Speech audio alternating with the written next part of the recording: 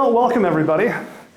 What a cool thing that Eric and Clark have put together with this entrepreneurs group. And if anything, it is a nice testament to the value that social media can play in a positive perspective for a business and for a community. So I run my business, everything I do, super transparent, way out in the open, incredibly honest, and it can be hard sometimes.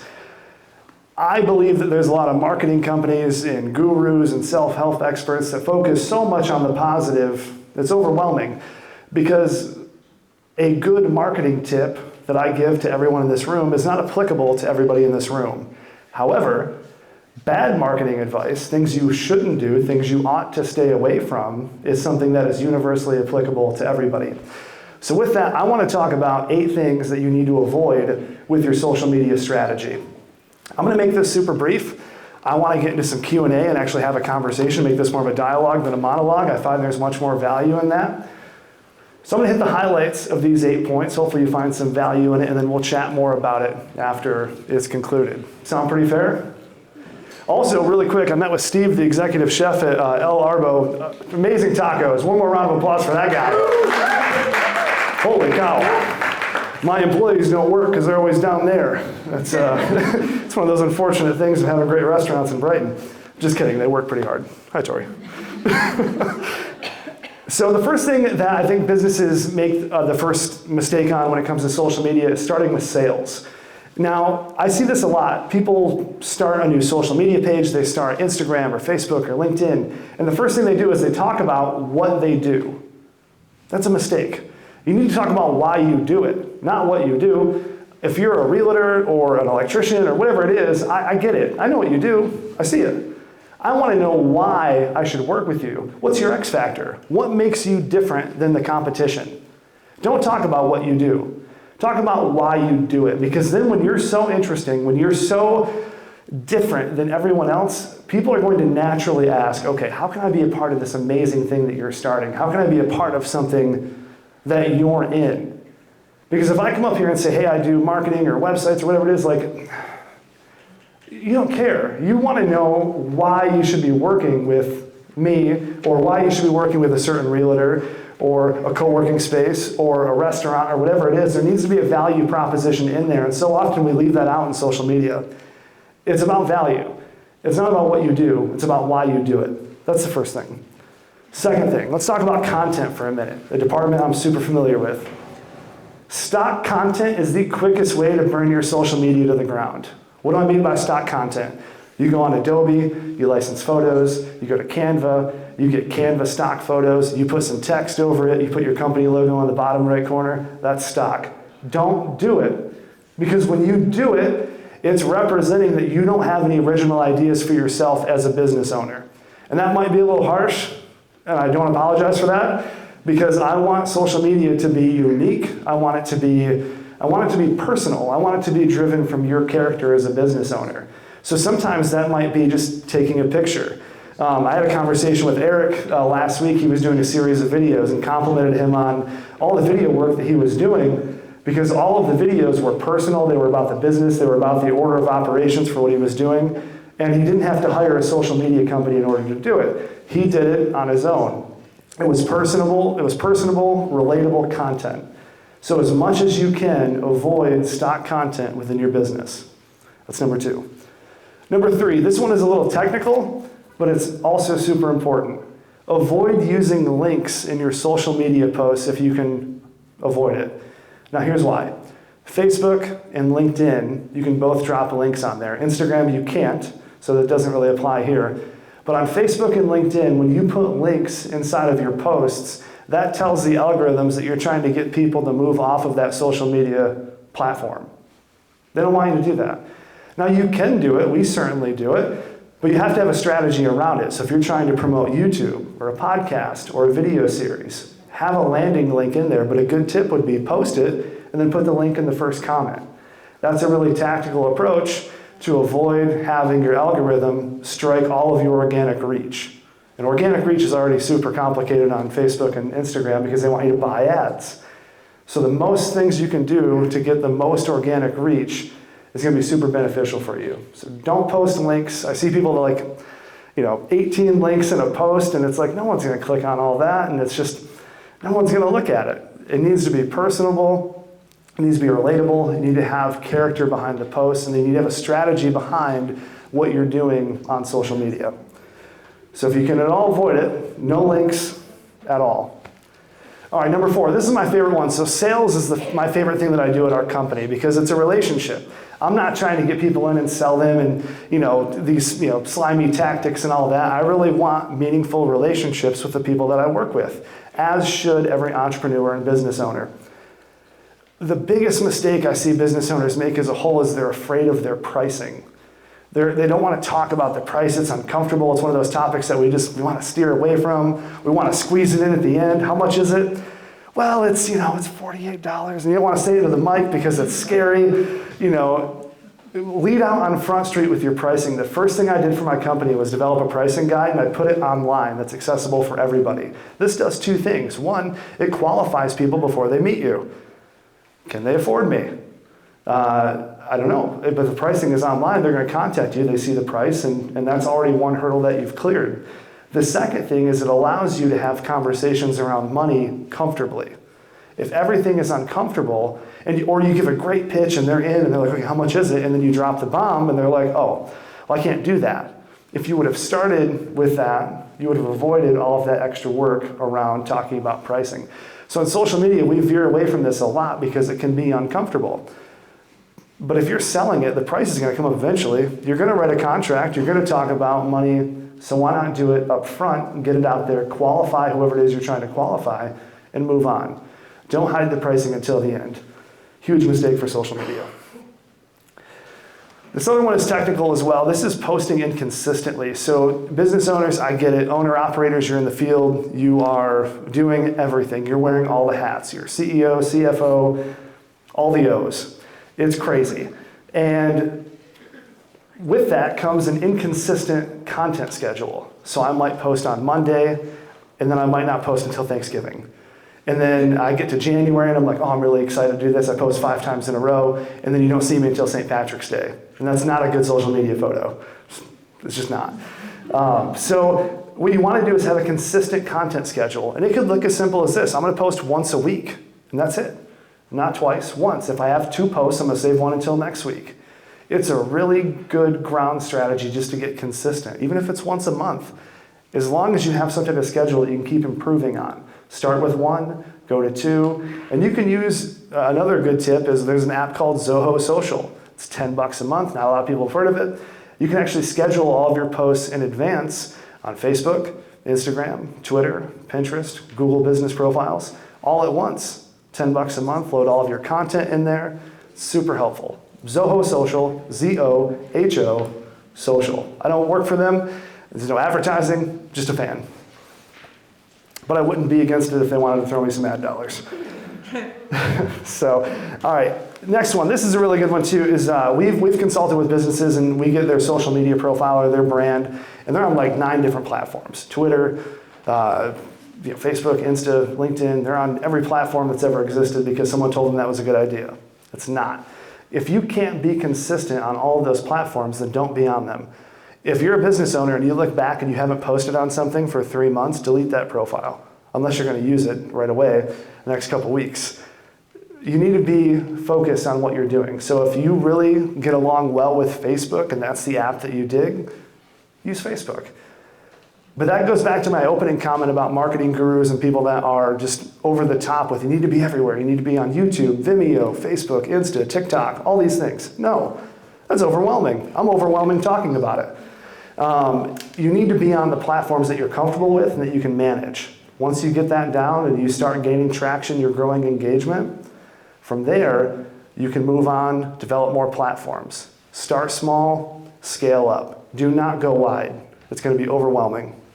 And I thought about this as well. I had a client, came to me and he said, hey, we got all these social media apps. And he's like, I just did TikTok. I was like, okay, cool, TikTok. You're 68, this is going to go well.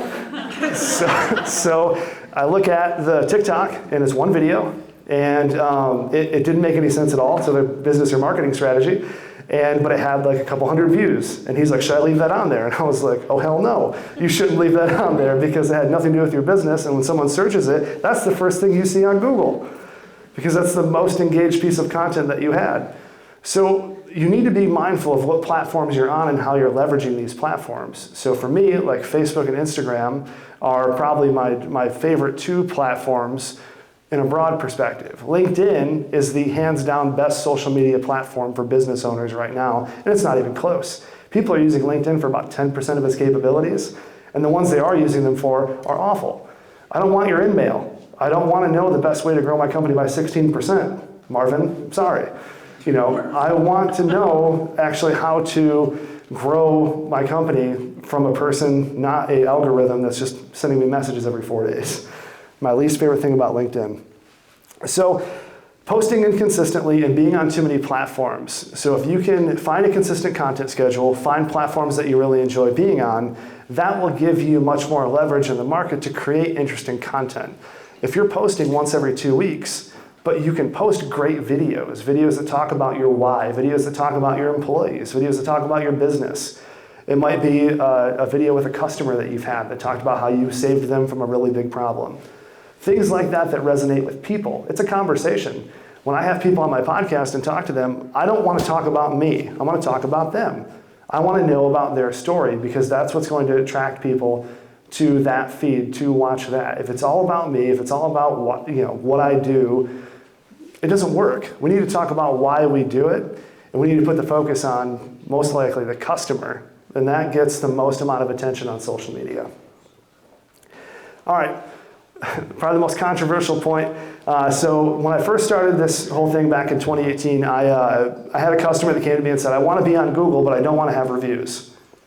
And I was like, all right, well, that'd be a neat trick. So I said, you already have reviews. And he's like, what? And I said, yeah. So if you didn't know this, if you're a business owner, I can go and open a Google business profile in your name as an unclaimed page and write reviews about your company.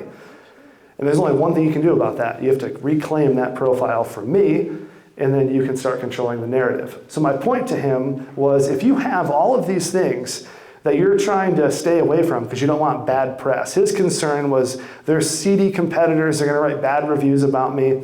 That's going to happen anyway, man. You can't avoid that. You need to get ahead of it. You have great customers. If you have a great business model and a great service, get those customers to write good reviews.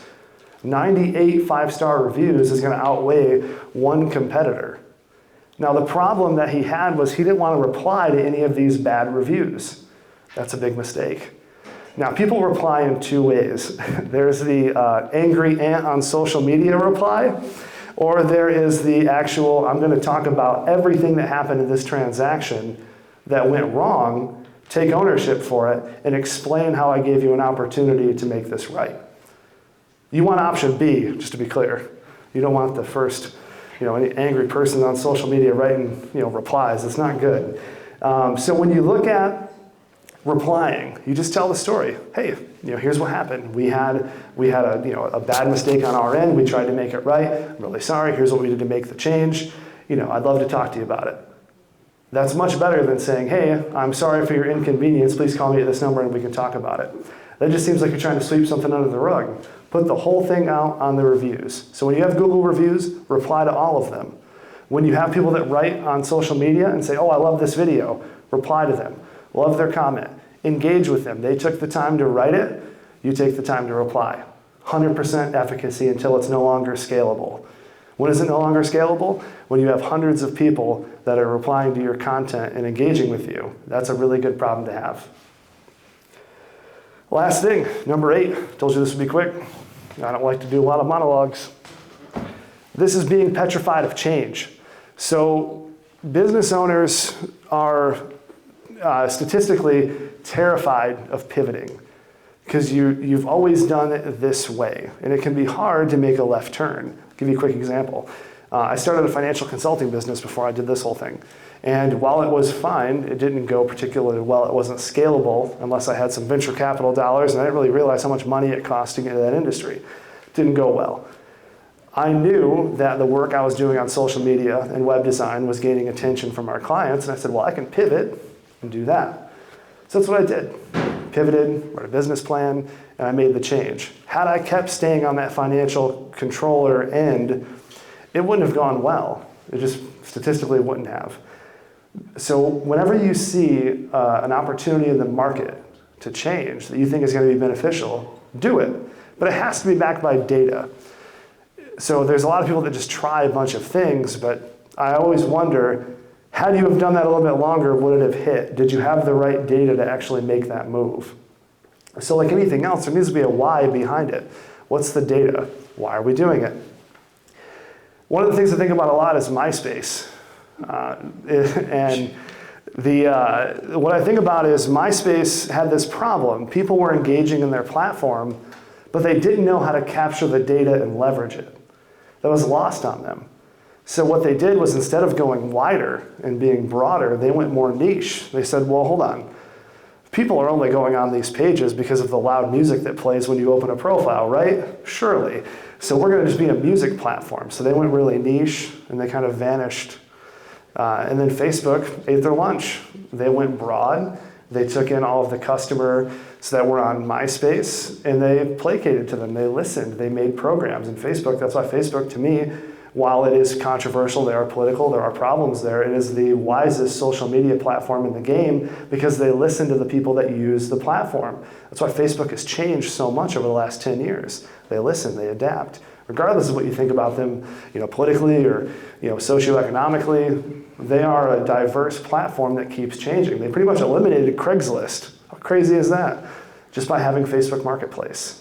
They see all the trends, TikTok, podcasting, and they integrate them into their systems. Now there's Reels on Instagram and Facebook.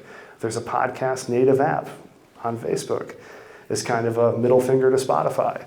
They keep doing things that are disrupting the market because they're not afraid to change, adapt, and grow.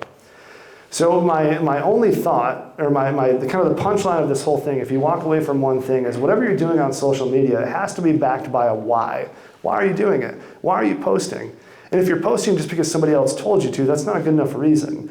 And that's why I don't really like to focus on the best marketing tactics, because it's not helpful. I have different strategies for realtors than I do electricians. They're two completely different industries. If I ran the same strategy, it just wouldn't hit the same.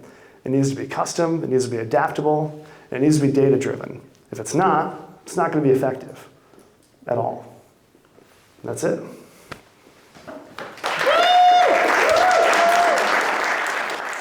We're talking about social media platforms. Do you see, it might be an obvious answer, but the range of demographics that use the different platforms, that based on your business, you should be targeting a certain platform versus others if you're looking for a certain age band, for example, like you said, TikTok?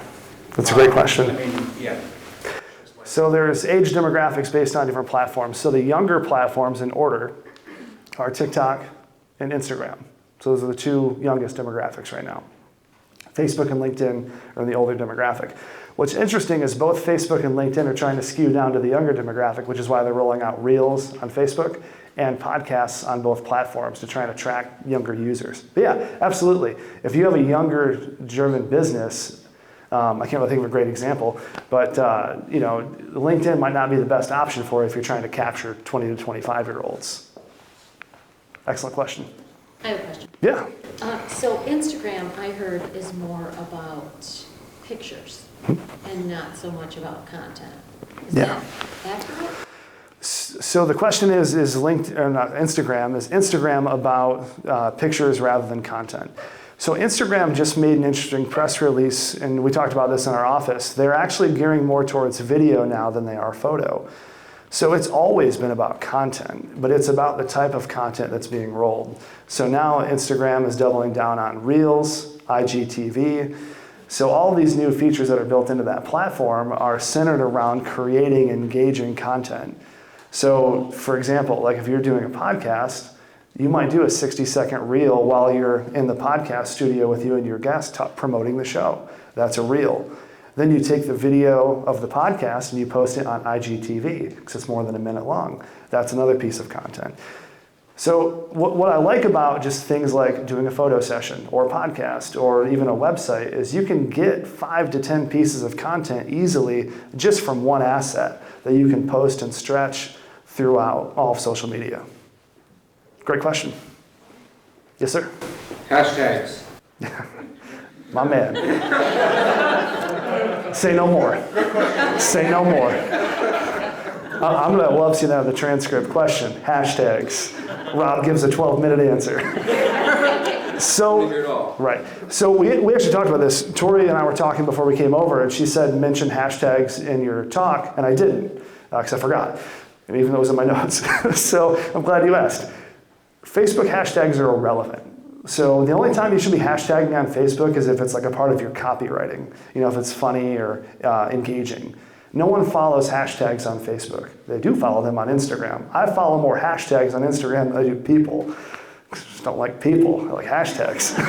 so you want to make sure that you have, when you're hashtagging, they need to go in the first comment on Instagram, not in the actual caption. And if you're using hashtags on Facebook, they need to be a part of the actual copy, not like some type of strategy to get more attention. That only works on Instagram. And LinkedIn, you get 3 on LinkedIn. That's beside the point. No one follows hashtags on LinkedIn either, really. Do they have to be more relevant to what you're doing? They should be. Yeah, because if you post like, if you're a baker and you're like, home build of the year, you're going to get a bunch of remodelers checking out your bakery post, which they might be hungry, but that's not really relevant. They're not really in your same category. So you want to make it relevant and specific. Don't go wide, go narrow. If you were to do like Payne versus, like I've done combinations of Payne and Livingston County. Yeah. Because I'm in Livingston County. Yeah.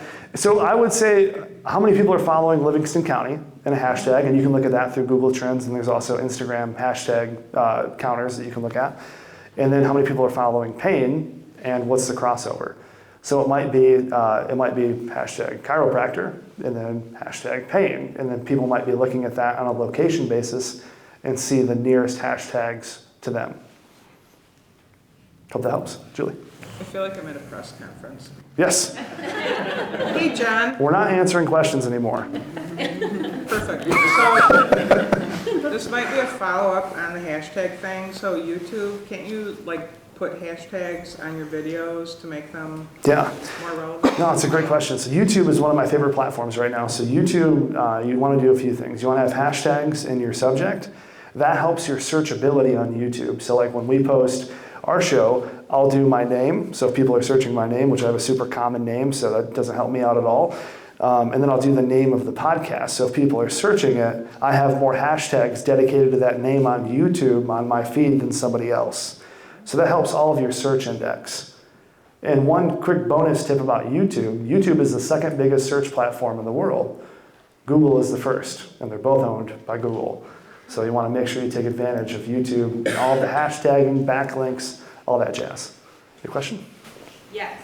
I use plan.com to help with my social media. Awesome. And they did start a new feature where, well, I don't know how new it is, but I've just started utilizing it where you can put a post up and it will auto post to Facebook. So it goes to Instagram because I think that's their main jam. But they're now doing you can do the same post to Facebook. So with that, I have my 17 hashtags. So then that goes to Facebook.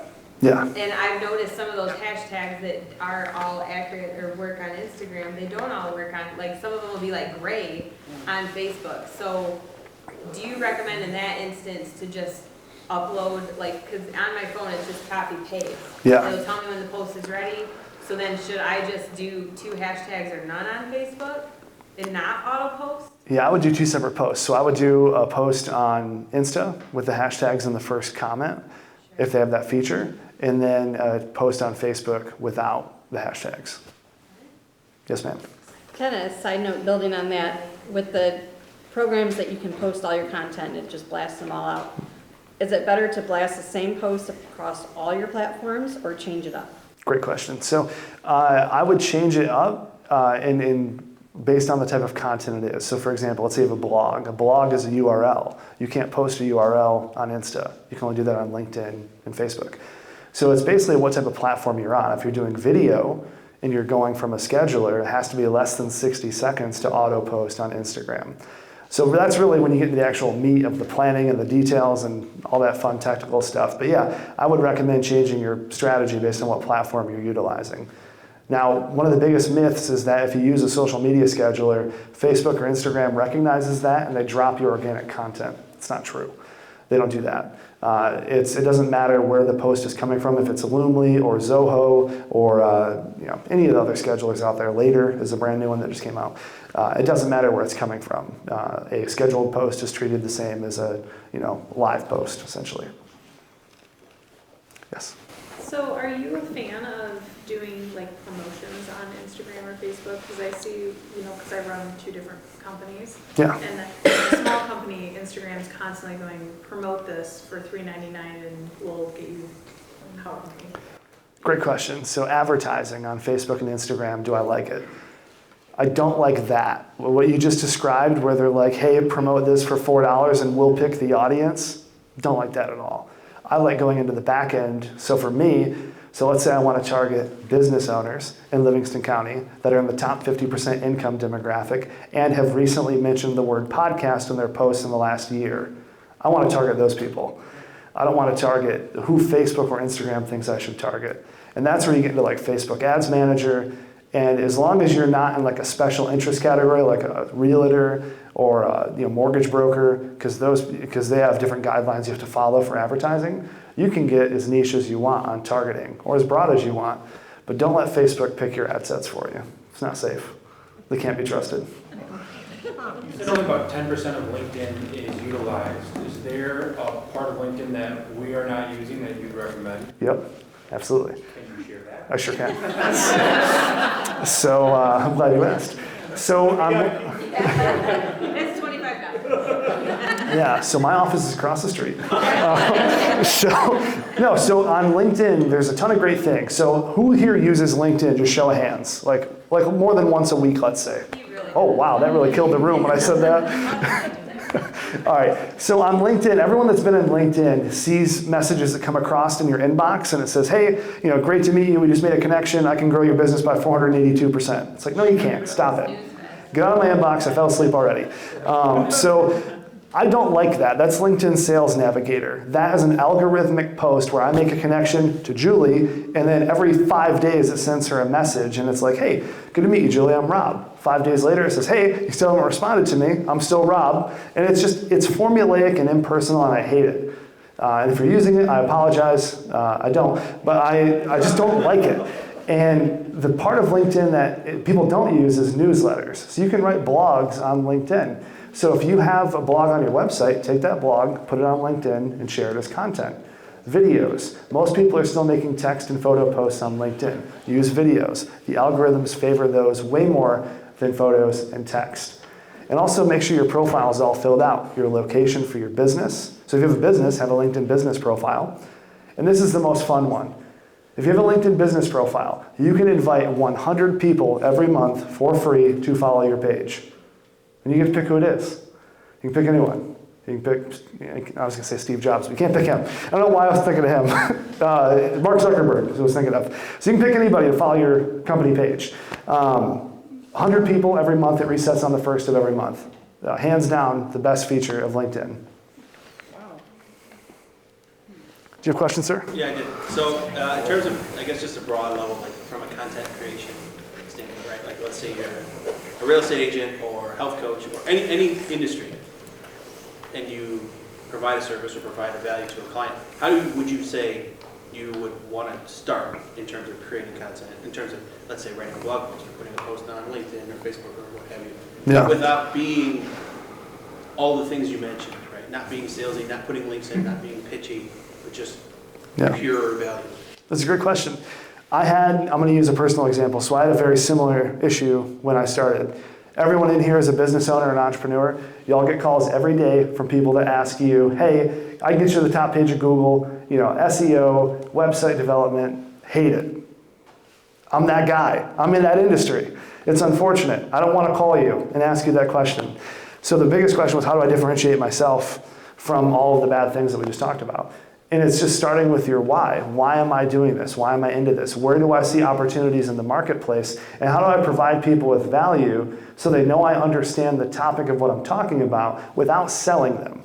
So if I'm a realtor and I'm talking about what I do, I'm going to go a lot more philosophical and talk about the why of why I enjoy this, the process. I sold my first house the other day.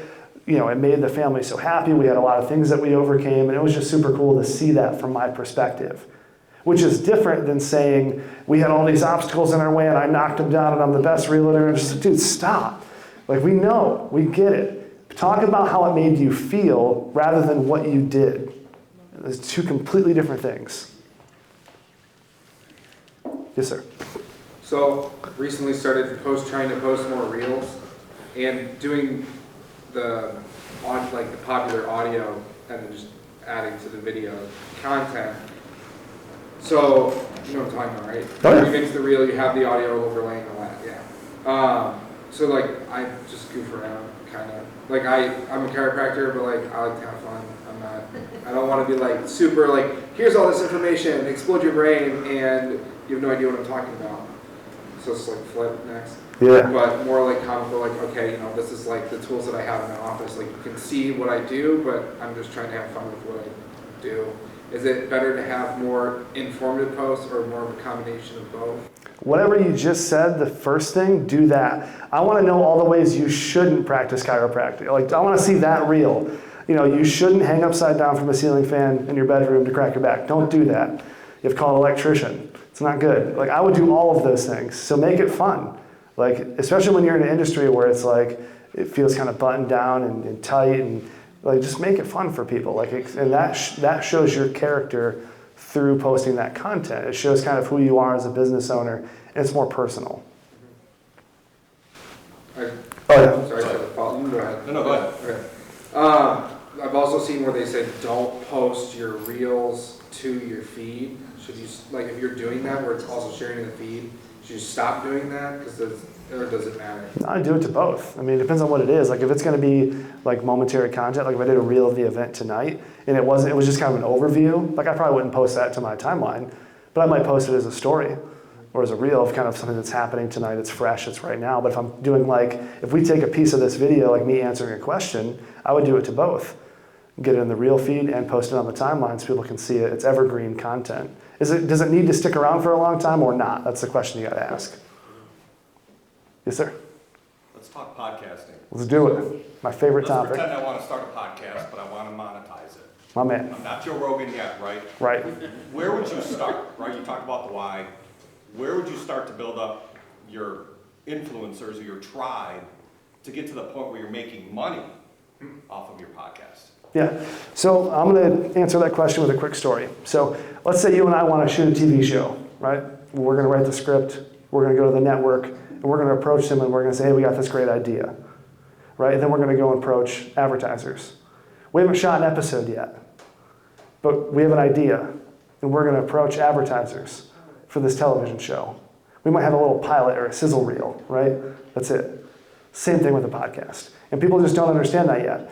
When I go and pitch advertisers' podcasts, I'm pitching concepts. I'm not showing them anything. They're buying into the idea.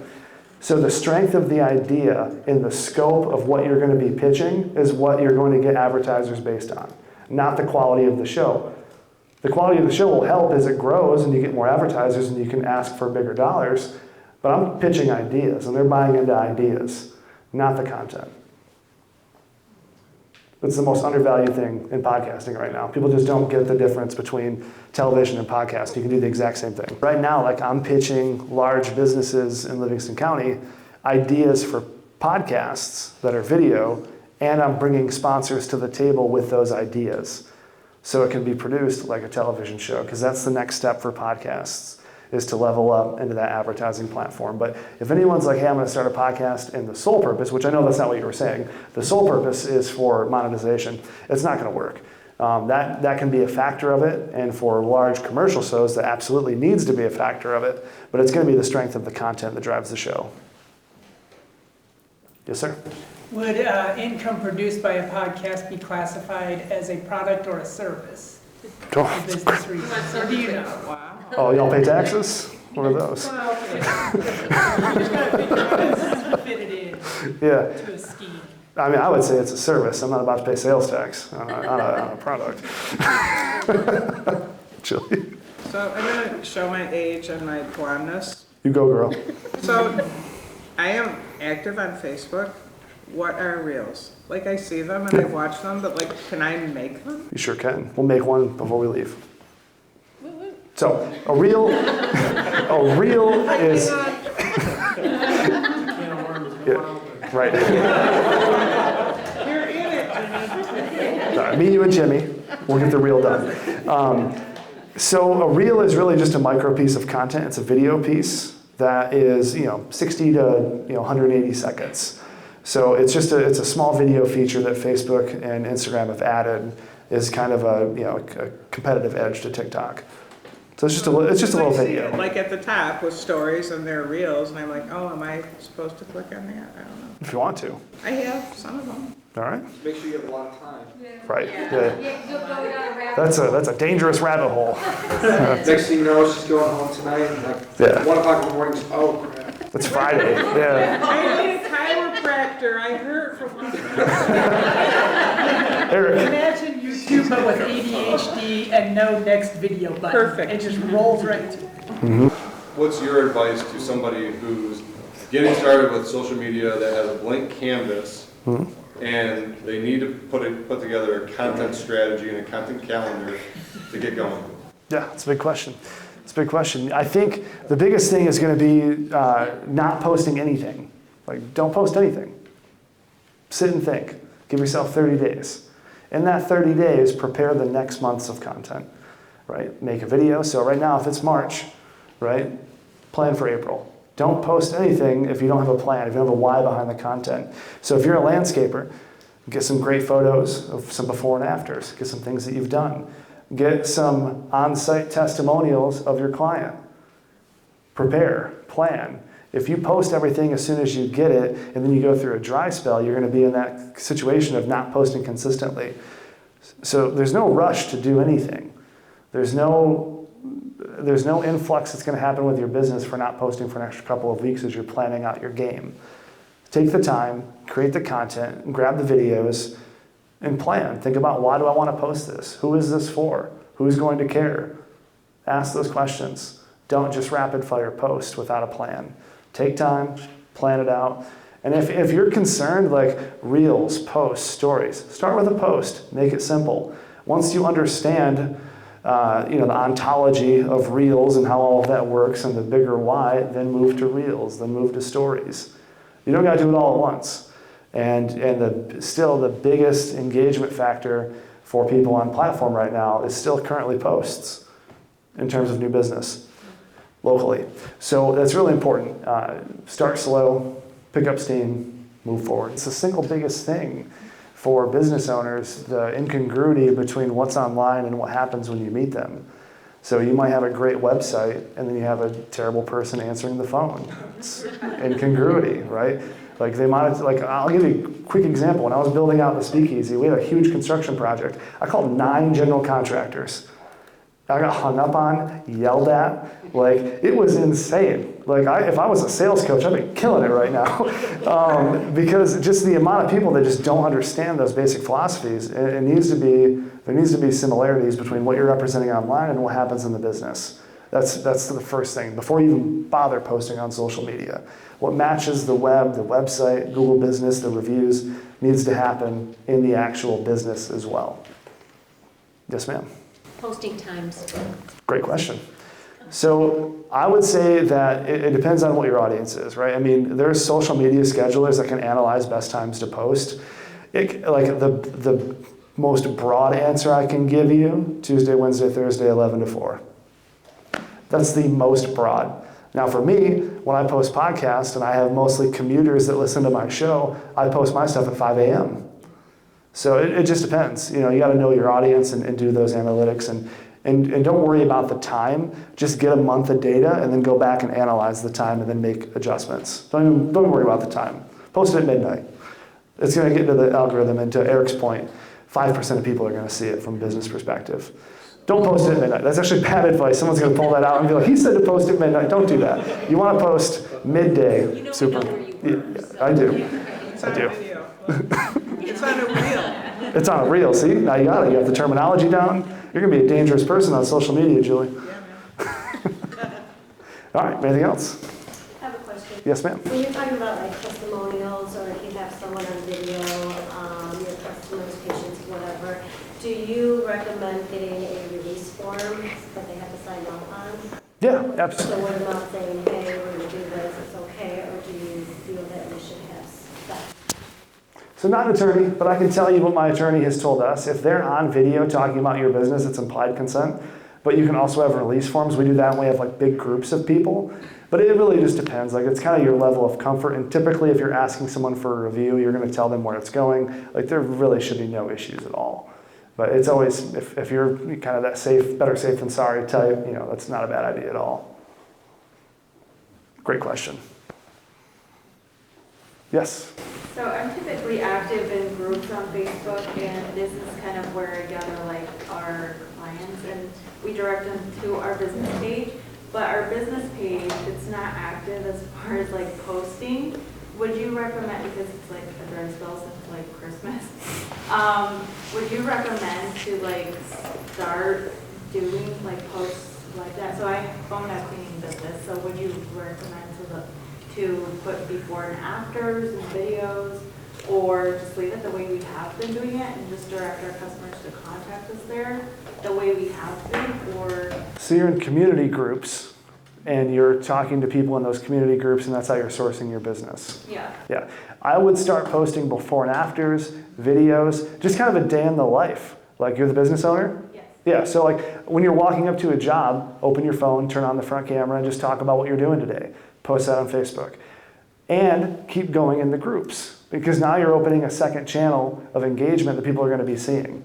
So as much you as you can get into social media, do it. Talk about, difficult jobs that you've had, things, challenges, things that people actually want to talk about, because they're like, oh wow, super open, honest. Of course I'd hire her to clean my business or house or whatever it is. It'd be a no-brainer. Cleaning companies, one of my partners, all the time in my ear, we need to buy a cleaning company because how bad the majority of cleaning companies do on social media, because it is a referral business, and that's 98% of how that traffic comes in. But he always wants to do it and then open up this super big social media, advertising campaign. I ain't got time for that. So you mentioned how to create content.